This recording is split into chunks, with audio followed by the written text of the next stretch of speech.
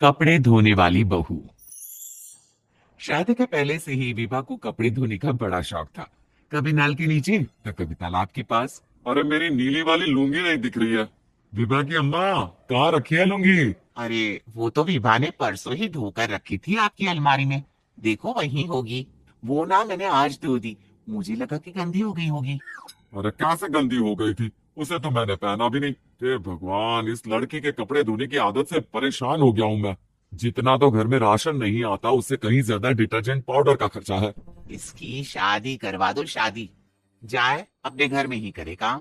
फिर चाहे घर के कपड़े धोने हो या पूरे गांव के। हाँ ठीक बोल रही हो, देखता हूँ मैं कोई लड़का। वो दिन भी आ जाता है जब विभा को देखने लड़के वाले आ जाते हैं। लड़की मुझे अच्छी लगी। होने वाली सास कहती है, बेटी, अगर कुछ पूछना है तो पूछ लो। वैसे तो हमारी लड़की बहुत ही शर्मीली है। जो बोल दो वो मान लेती है। इसे क्या पूछना होगा। अरे कैसी बात कर रही हो माँ। मुझे इन लोगों के घर रहना है। सवाल तो कहीं है। हाँ हाँ बेटा, पूछ लो ना, क्या पूछना है। आप लोगों के घर कपड़े कौन धोता है। सास का मुंह बन जाता है। देखो, अगर तुम ये कहना चाहती हो कि तुम्हें कपड़े धोने नहीं आते तो सुन लो, कपड़े मैं ही धोती हूँ। लेकिन तुम्हारे आ जाने के बाद मैं रुमाल तक नहीं धोऊंगी। अरे चुप रहना भाग्यवान। बहू बेचारी घर आई नहीं, उसे डराना शुरू कर दिया। वो क्या है ना बिटिया, अभी तक तो ये कल्लू की माँ ही धोती थी, लेकिन अब तुम्हारे पापा तो दहेज में वॉशिंग मशीन देंगे ही। तभी विभा की माँ बोल पड़ती है, सवाल भी पूछा तो क्या। वैसे भाई साहब, मशीन की तो फिर भी कपड़े धोने की कैपेसिटी होती है। मतलब जो बिटिया दे रहे हैं ना विभा, इसे कपड़े धोने का बहुत शौक है। ये आप लोगों के क्या, आस पड़ोस गांव मोहल्ले सबके कपड़े धो दे और उफ तक ना करे। बाहर देखा नहीं आपने कितने कपड़े सूख रहे हैं। सब हमारी बिटिया ने ही तो धोए हैं। बस भी करो ना माँ, शर्म आ रही है इतनी तारीफ सुनकर। और तो और एक दाग निकाल कर दिखाओ तो मान जाऊं। हाँ। अच्छा अच्छा, माफ करना बेटा, मैंने गलत समझा। हमें तो रिश्ता बहुत पसंद है। और ऐसे जुड़ जाता है रिश्ता कपड़े धोने का शौक रखने वाली विभा का। उसकी शादी हो जाती है कोयला फैक्ट्री में काम करने वाले कल्लू के साथ। शादी के बाद अचानक विभा चिल्लाती हुई सास के पास आती है, सासू माँ, अरे सासू माँ कहाँ है आप। ये तो धोखा है। धोखा दिया आप लोगों ने मुझे। इस ससुर के चक्कर के बारे में पता चल गया। अरे तो उसमें तुझे क्यों धोखा मिला है। अरे नल में पानी नहीं आता, कपड़े कैसे कब धुलेंगे। अच्छा अच्छा, तो पानी नहीं आ रहा उसकी बात कर रही है। तो आपने क्या सोचा। कुछ नहीं। अच्छा, तेरी माँ ने कहा था कि कपड़े धोने का शौक है तुझे, याद आया मुझे। शौक शौक बोलकर कपड़े धोने वाले मेरे जुनून को कम ना कि सासू माँ, कपड़ा धोना मेरा गुरूर है।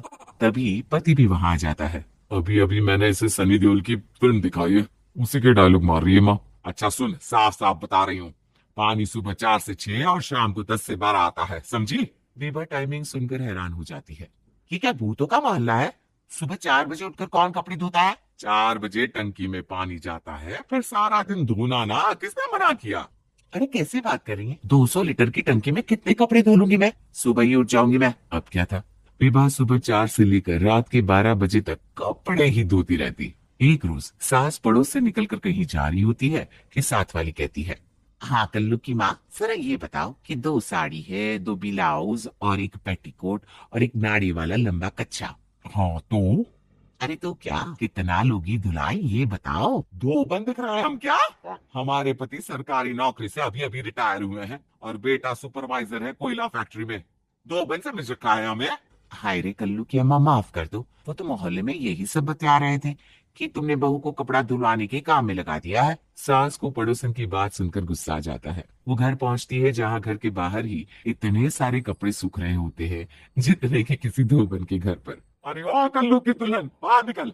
माँ जी यहीं यहीं आ जाओ, बाथरूम में चादर धो रहे हैं हम। अरे अभी हम धोते हैं, तुमको बाहर निकलो। ये आस पड़ोस वाले बोल रहे हैं कि हम बहू से कपड़े धुलवा धुलवा कर उसे कपड़ा धोने वाली बना दिए हैं। अरे छोड़ो ना माँ जी, किन लोगों की बातों में आती हो। आस पास के लोगों का तो काम ही होता है कि वो किसी तरह सास बहू को लड़ा दे। बहू सारे घर के कपड़े धोती है, ये क्या कम है। बोलिए। सास को भी लग जाता है कि वो बहू का ये संकीपन नहीं छुड़वा सकती। इससे अच्छा है कि खुद ही चुप हो जाए। एक रोज सास और बहू मंदिर जाते हैं जहाँ सास की साड़ी वहाँ खड़ी भीख मांगने वाली से मिलती है। माँ जी क्या बात है, आपकी साड़ी उस भिखारन से कितनी मिल रही है ना? हाँ हाँ, देखो तो दोनों की साड़ी मिल रही है। क्या बात है कल्लू की अम्मा, तुम खुद को तो अफसर की बीवी बताती हो और ऐसी सिंपल सी प्लेन साड़ी पहनकर घूमती हो। सिंपल और प्लेन नहीं है ये साड़ी। तो क्या सोने के धागे से फूल बने हैं?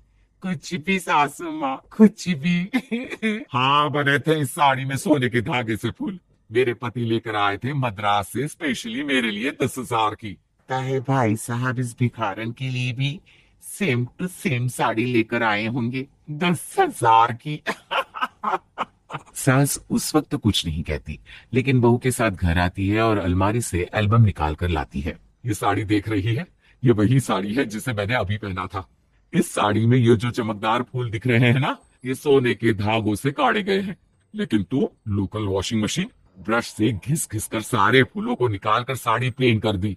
मुझे माफ कर दीजिए सासू माँ। और तो और, जब मैंने तुझे तेरी गलती के लिए कुछ नहीं कहा, लेकिन तूने तो सबके सामने मेरा मजाक ही बना दिया। क्यों? बहू को समझ में आ जाता है कि अब से उसका कपड़े धोना बंद।